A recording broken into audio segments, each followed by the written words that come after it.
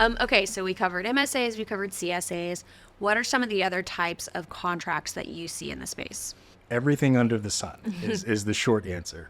But what I see most often, so outside of drilling contracts, MSAs, and consulting services agreements, it's licensing agreements, software as a service agreement.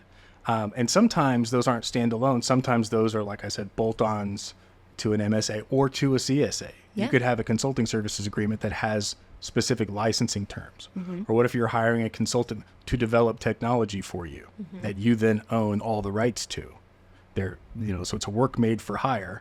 And something like that would be covered off in either a standalone license agreement, joint development agreement, or it can be bolted on or included within your master agreement if that's appropriate. Supply contracts, requirements contracts, distribution agreements, exclusivity agreements.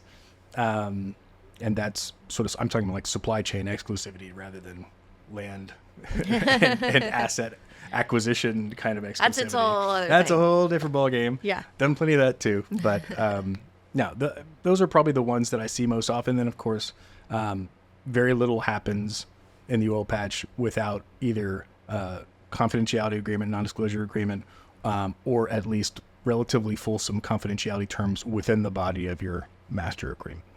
So what are some of the common misunderstandings when someone is trying to decide what type of agreement they need? Probably the most common mistake is the one size fits all. Yeah.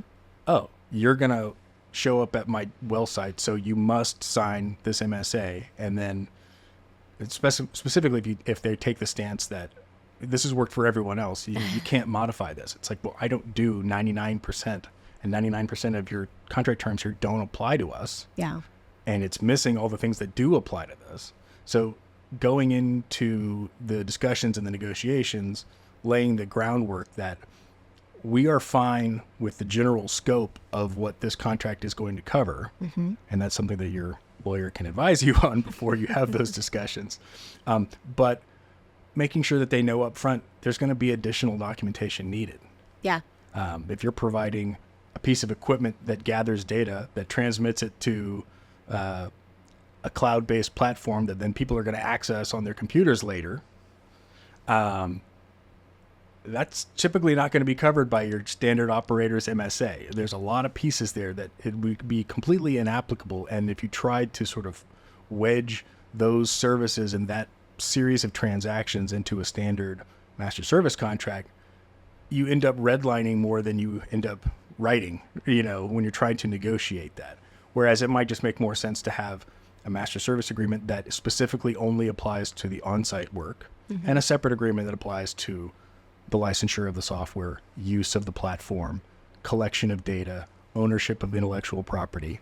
Like I said, you could modularize an MSA, but you might end up with an MSA with like 19 schedules to it instead of just having an MSA and a license agreement.